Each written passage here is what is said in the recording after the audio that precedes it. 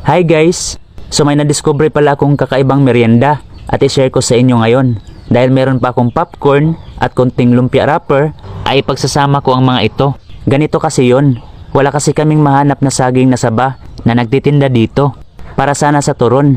Kaya ang naisip ko ay combine na lang ang popcorn at lumpia wrapper.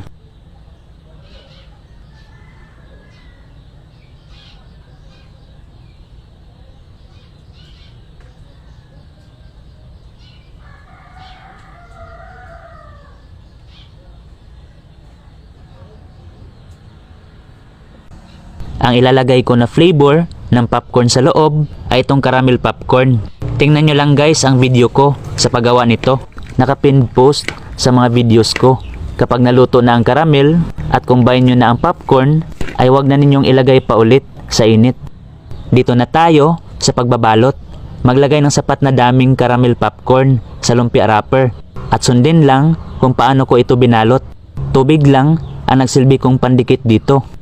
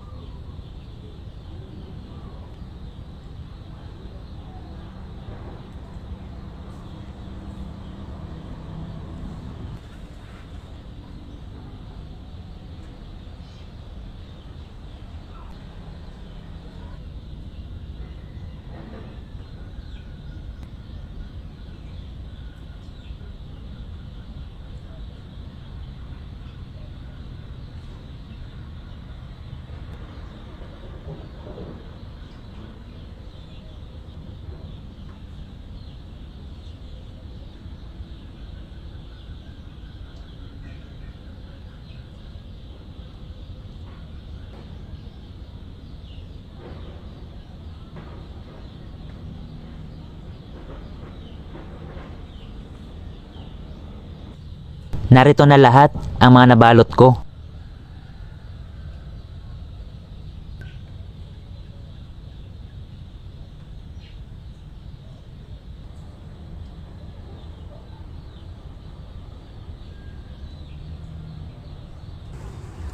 Ngayon ay piprituhin ko na ito.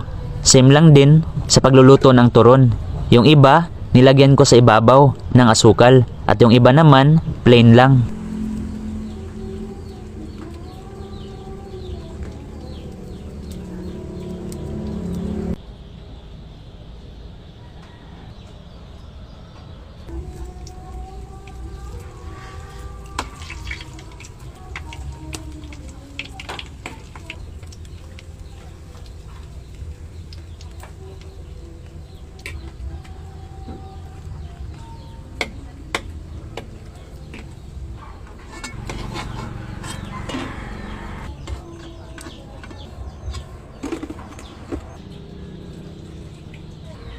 Heto na guys ang mga naluto ko. Napaka-crispy pa din nito kahit medyo na-expose na sa hangin. Basta ganito lang ang pagkakaluto.